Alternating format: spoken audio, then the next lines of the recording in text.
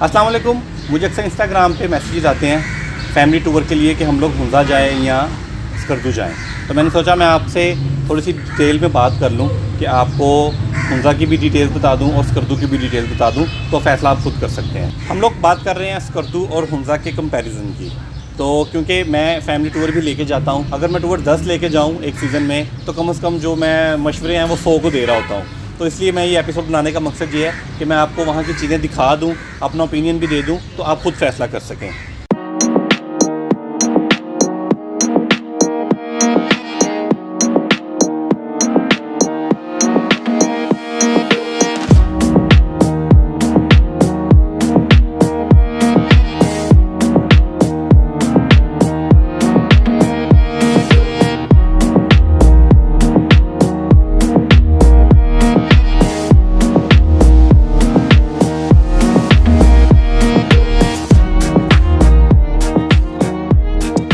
Family के point of view से बात करेंगे कि आपको स्कर्दू जाना चाहिए या हुंजा जाना चाहिए। तो सबसे पहला जो पॉइंट है, अगर तो आप लेक्स को पसंद करते हैं, आपको झीलें अच्छी लगती हैं और आप डिफरेंट किस्म की वैरायटी देखना चाहते हैं झीलों की, तो डेफिनेटली आपको स्कर्दू जाना चाहिए। क्योंकि स्कर्दू में कचौरा लेक है, अपर कचौरा, लोअर कचौरा लेक है, शोसर लेक है, इसके अलावा वहाँ पर सोगा लेक है, ब्लाइंड लेक है, एक दो झीलें और भी हैं। लेकिन जो वैरायटी स्कर्दू में आपको मिलेगी वो आपको हुंजा में नहीं मिलेगी। तो सबसे पहले अगर आपने झीलें देखनी है खूबसूरत किस्म की, तो आपको स्कर्दू जाना चाहिए। दूसरे नंबर पे बात करते हैं हम एक्सेस की।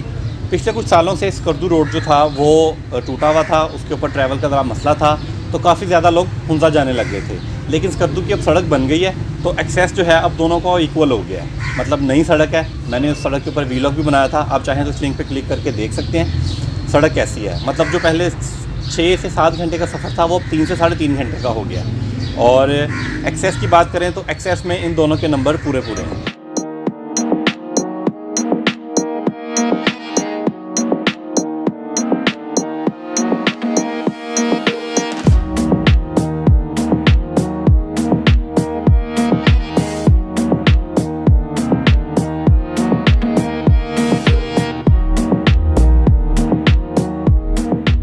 एक्सेस की हम अगर बात कर रहे हैं तो स्कर्दू में एयरपोर्ट है, आप सीधा स्कर्दू लैंड करते हैं। और हुंजा में एयरपोर्ट नहीं है। हुंजा जाने के लिए आपको एयरपोर्ट गिलगित का लेना पड़ेगा, वहाँ से फिर आपको 2.5-3 घंटे का ट्रैवल करके जाना पड़ेगा। तो वाटरफॉल्स की अगर हम बात करें स्कर्दू हुंजा के कंपैरिजन में लेके, तो इसका कोई स्कर्दू का हुंजा के साथ कोई मुकाबला नहीं है। आपको 2 आबशारें मिलती हैं ऐसी कमाल किस्म की, और दोनों सड़क के बिल्कुल पास हैं, आपको पैदल नहीं जाना पड़ता, गाड़ी आपको आबशार के पास लेके जाती है। सबसे पहले आती है जी मंटोका वाटरफॉल, जो कि स्कर्दू की बहुत ही फेमस वाटरफॉल है। और अगर आप उस एरिया से 1.5 घंटा मज़ीद आगे जाएँ, तो बागीचा से आगे, तो आपको खुमश वाटरफॉल मिलती है, जो कि one of the most beautiful मैं समझता हूँ वाटरफॉल ऑफ पाकिस्तान है। तो वाटरफॉल में तो स्कर्दू का कोई मुकाबला नहीं है हुंजा के साथ। अगर आप वाटरफॉल्स के शौकीन हैं तो भी आपको स्कर्दू ही जाना चाहिए। हुंजा में आपको कोई एज सच प्रॉपर वाटरफॉल नहीं मिलती।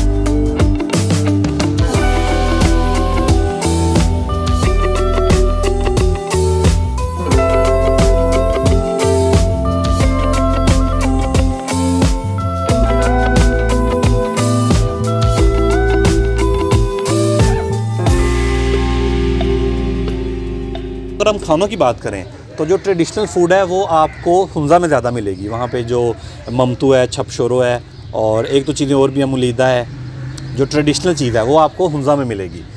स्कर्दू में आपको एक दो चीज़ें मिल सकती हैं, वो भी सीजनल। हुंजा का जो लिटरेसी रेट है वो पाकिस्तान के किसी भी शहरी इलाके से भी ज़्यादा है। वहाँ पे 99% लिटरेसी रेट है, लोग बड़े सपोर्टिव हैं, पढ़े लिखे हैं। और हुंजा का जो कल्चर है वो ज़्यादा डाइवर्स है। मतलब वहाँ पे आपको जो आप शॉपिंग करना चाहते हैं ना चीज़ों की, वो स्कर्दू की निस्बत ज़्यादा अवेलेबल होंगी। आप गिफ्ट्स लेना चाहते हैं यहाँ डिफरेंट, लोकल फूड खाना चाहते हैं तो हुंज़ा में आपको ज़्यादा मिलेंगी, जबकि स्कर्दू में भी मिलेंगी लेकिन थोड़ी सी कम है। मैं अगर आपको ट्रू एंड फेयर व्यू दूँ,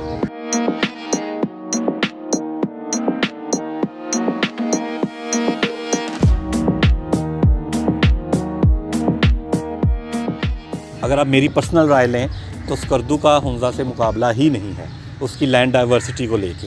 हुंज़ा में आपको सारी चीज़ें सड़क पे मिलती हैं और व्यू पॉइंट्स मिलते हैं, जबकि स्कर्दू के लिए आपको ट्रैवल थोड़ा सा करना होता है और आपको वैली के अंदर जाना होता है।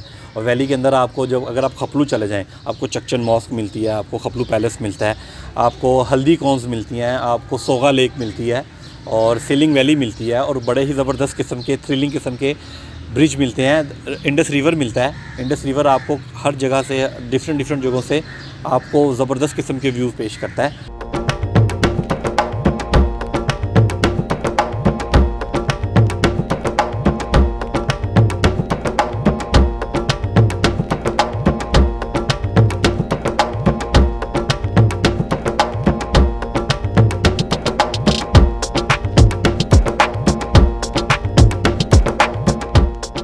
तो स्कर्दू की जो खपलू वैली है वो भी मैचलेस है।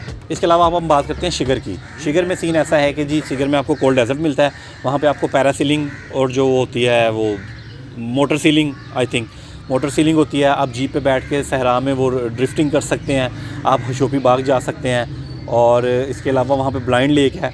ब्लाइंड लेक भी गाड़ी आपको लेक तक लेके जाती है। बड़ी पुरसुकून और बड़ी ही खामोश सी झील है और मुझे नहीं पता इसको ब्लाइंड लेक क्यों कहते हैं, लेकिन बड़ा ही पुरसुकून निज़ाम है इसका। शिगर में रहते हुए आपको blind lake, cold desert, Sarfaranga cold desert और बेहतरीन किस्म की राइड, ऑर्गेनिक विलेज की चीज़ें मिलती हैं और रास्ते में बहुत ही खूबसूरत गांव भी आते हैं।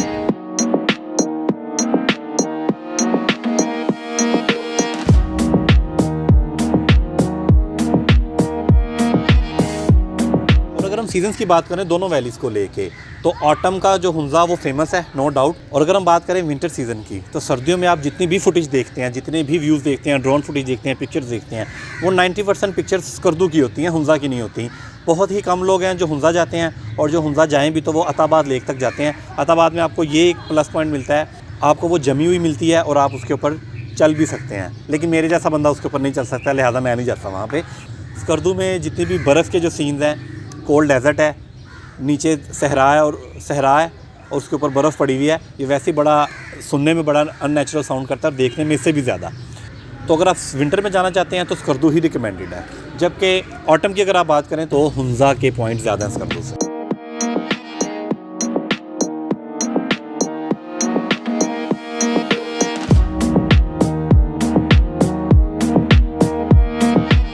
हम लोग जा रहे हैं गिलगित से हुंज़ा और गिलगित से ही स्कर्दू।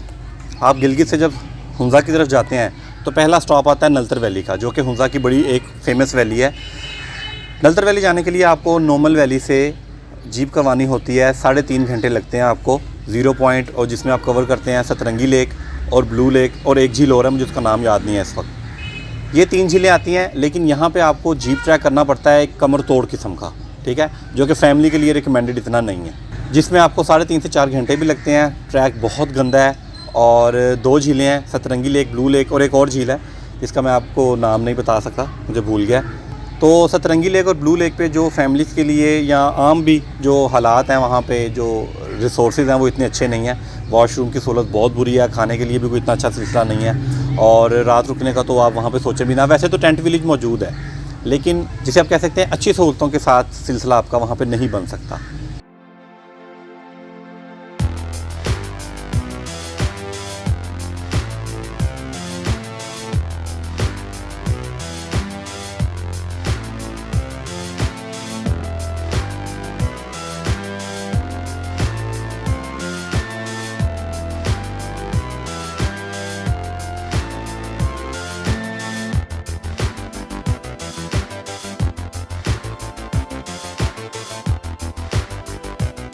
इसी तरह आप जब ट्रैवल करते हैं आप गिलगित से स्कर्दू की तरफ, तो स्कर्दू एंटर होने से पहले सबसे पहले आपको 2 झीलें मिलती हैं। एक तो one of the most favourite Pakistan का जो आइकॉनिक प्लेस है शंग्रीला रिजॉर्ट, जिसको हम लोअर कचौरा कहते हैं, और उससे 8-10 मिनट के फासले पे आपको मिल जाती है अपर कचौरा।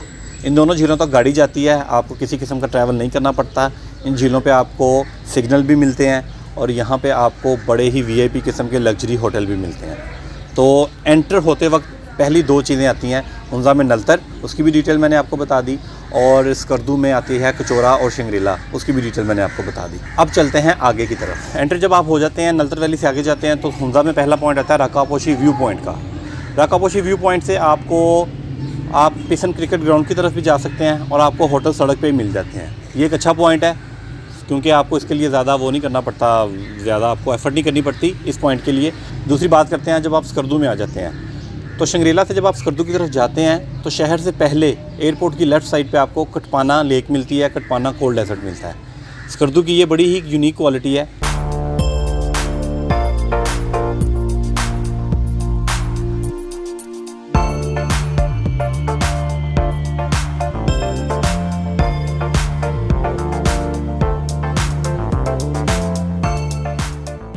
वहाँ पे आपको कोल्ड डेजर्ट मिलता है, जहाँ पे ऐसा सहरा जहाँ पे सर्दियों में बर्फ़ भी पड़ती है 1-1 फुट। ये ऐसी एक क्वालिटी है जो कि पाकिस्तान में किसी भी डेस्टिनेशन पे नहीं है, जो स्कर्दू के पास है कोल्ड डेजर्ट होने की। एक कटपाना, दूसरा शिगर, और ये दोनों शहर के बिल्कुल करीब हैं, 10-10, 15-15 किलोमीटर का इसका फासला है। तो स्कर्दू में द्योसाई प्लेन्स हैं, 14,000 समथिंग उसकी बुलंदी है, और आप जब वहाँ पे ट्रैवल करते हैं तो इट्स जस्ट लाइक कि आप बादलों के साथ साथ जा रहे हैं, वो इतना ऊंचा है। वहाँ पे बहुत बड़े बड़े मैदान हैं घास के, बीच में दरिया बहता है, और शोसर लेक है तो फिर क्या कहने हैं।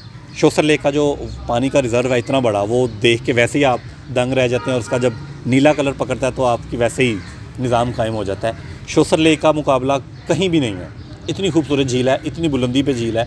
तो द्योसाई प्लेन्स, इसके लिए आपको 3 घंटे का ट्रैक करना पड़ता है जीप पे, ये मैं आपको बता दूं।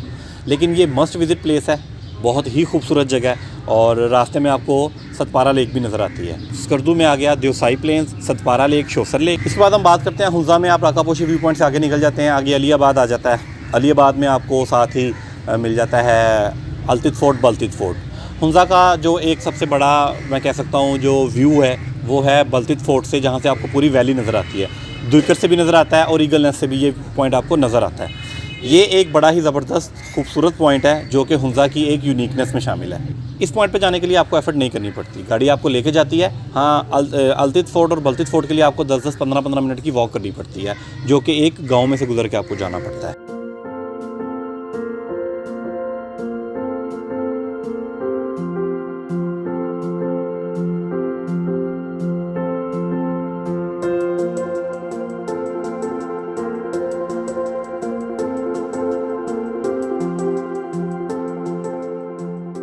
तो करीमाबाद में रहते हुए आप अलतित फोर्ट और बलतित फोर्ट देखते हैं, और उसके बाद आप निकल जाते हैं आगे आपको अगर आप राइट साइड पे टर्न ले लें सड़क से तो आपको ऊपर ग्लेशियर मिलता है, बड़ी ही डिफरेंट जगह है, और ये 4x4 का ट्रैक है। वैसे तो गाड़ी भी जा सकती है, और ये अच्छी जगह है। तकरीबन 18 किलोमीटर दूर है, आपको 50 मिनट लगते हैं यहाँ पर जाने में।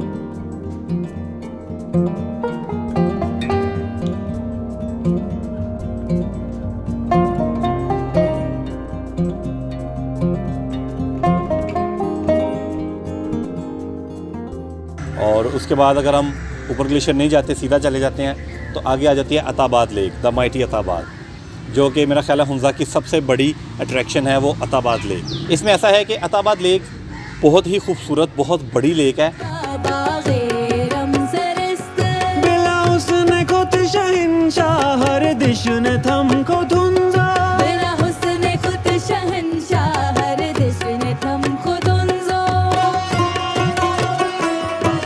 हमें इस चीज़ को देखने की ज़रूरत है कि हम इतना बड़ा अपना जो एक टूरिस्ट पॉइंट है, हमारा एक कौमी असासा है, उसको ख़राब करते जा रहे हैं। कुछ वहाँ पे वीआईपी किस्म के 5 स्टार लग्जरी रिजॉर्ट्स बने थे, और वहाँ पे वाटर एक्टिविटीज़ की वजह से उस झील के ऊपर बहुत ज़्यादा गंद पड़ने लग गया। लेकिन नो डाउट अताबाद बहुत फेमस है, बहुत खूबसूरत है, जाने वाली जगह है, और ये भी आपको सड़क के ऊपर मिलती है। सुल्तानाबाद, मेहदीबाद, अलीबाद, असगराबाद, हुसैनाबाद, हसनाबाद, नौआबाद, मेहदीबाद, करीमाबाद, और अब हक पेश खिदमत है जी अताबाद।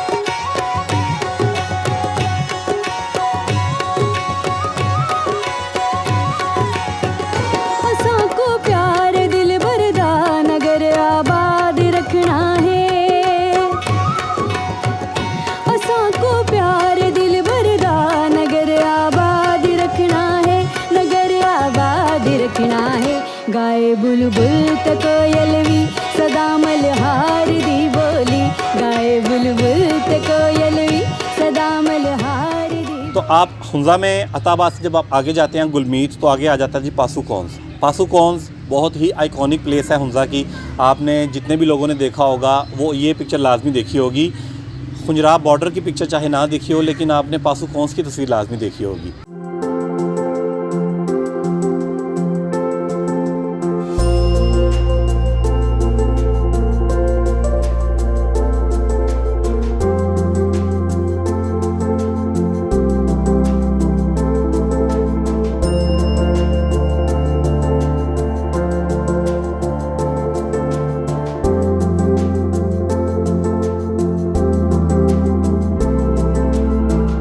पासु कौंस के साथ ही बिल्कुल हुसैनी ब्रिज है, दरिया के ऊपर जो बना हुआ है उसको क्रॉस करना होता है, लेकिन ये बड़ा डेंजरस है, फैमिली के लिए बिल्कुल भी रिकमेंडेड नहीं है। और बस सड़क से आप पासु ग्लेशियर और पासु कौंस का नज़ारा कर सकते हैं। वैसे तो वहाँ से बोरिस लेक का ट्रैक भी निकलता है, लेकिन बोरिस लेक अक्सर मैं लेके जाता हूँ लोगों को फैमिली टूर के साथ, तो वहाँ पर जाके कहते हैं ये बोरिस लेक नहीं है, ये बोरिंग लेक है, क्योंकि उसकी जो साइड्स हैं वो बिल्कुल बैरन है और उस तरह से शायद लोगों को पसंद नहीं आती। तो मुझे जो रिस्पॉन्स मिलता है हुंज़ा का वो अक्सर बहुत अजीब मिलता है, क्योंकि सोशल मीडिया पे आपको बहुत ज़्यादा हुंज़ा देखने को मिलता है, लेकिन जब आप वहाँ पे जाते हैं उस तरह से लोग खुश नहीं हो पाते। ये मेरा पर्सनल एक्सपीरियंस है।